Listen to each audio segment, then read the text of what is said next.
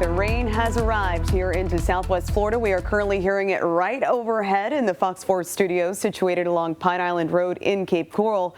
And at times that rain is heavy, especially with that initial line. The good news, though, we're not seeing any lightning. That's not to say we couldn't see a strike or two, but at least your threat for lightning is fairly limited at this point. And once you get through this first initial band, the rain that's behind it there in the Gulf is generally on the light to moderate side. I want to show you what it looks like right now, gearing up for what will be a fairly heavy downpour. This is what it's currently looking like from Fort Myers Beach. This is kind of looking off toward the north and northwest from the Margaritaville Beach Resort. And let's be honest, if you're outside and you see this, it's kind of Mother Nature's way of saying, hey, time to head indoors, because obviously that heavy rainfall, I think, is going to catch a lot of people off guard.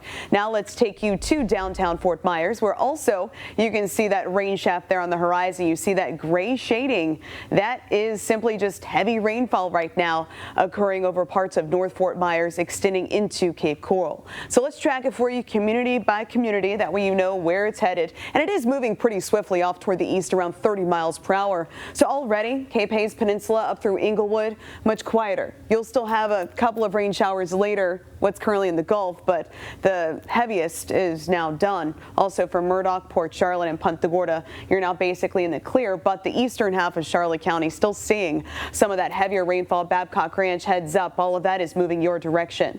More consistent rain ongoing right here along Veterans Boulevard, crossing over the Midpoint Bridge and then heading toward Colonial, downtown Fort Myers, and right across the Edison Bridges as well, Caloosahatchee and Edison Bridge there in downtown Fort Myers, seeing that very heavy rainfall. And all of this is, again, heading off toward the east. So it will be in Buckingham right around 6:09 and into Gateway right around 6:16. So Gateway, if you need to walk your dog, do it now.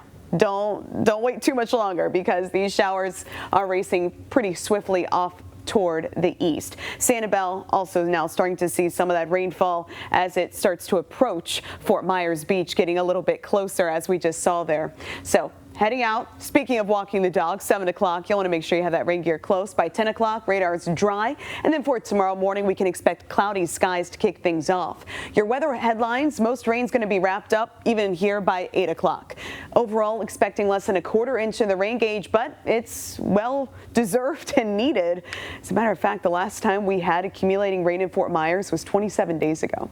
And following this front, cooler air is going to be moving in. You'll feel it tomorrow, but especially Friday morning when we start things off in the 40s. So for the next couple of hours, it's going to be active on radar. We will have those scattered rain showers thinning out right here around 8 o'clock, and then showers will be few and far between by around 9. Front comes through tonight. In its wake, those winds shift, and you will be feeling that tomorrow morning. Mostly cloudy skies are expected for the morning, with clearing conditions forecast as we head into the afternoon. It will be breezy at times. To expect some northerly wind gusts tomorrow around 20 miles per hour.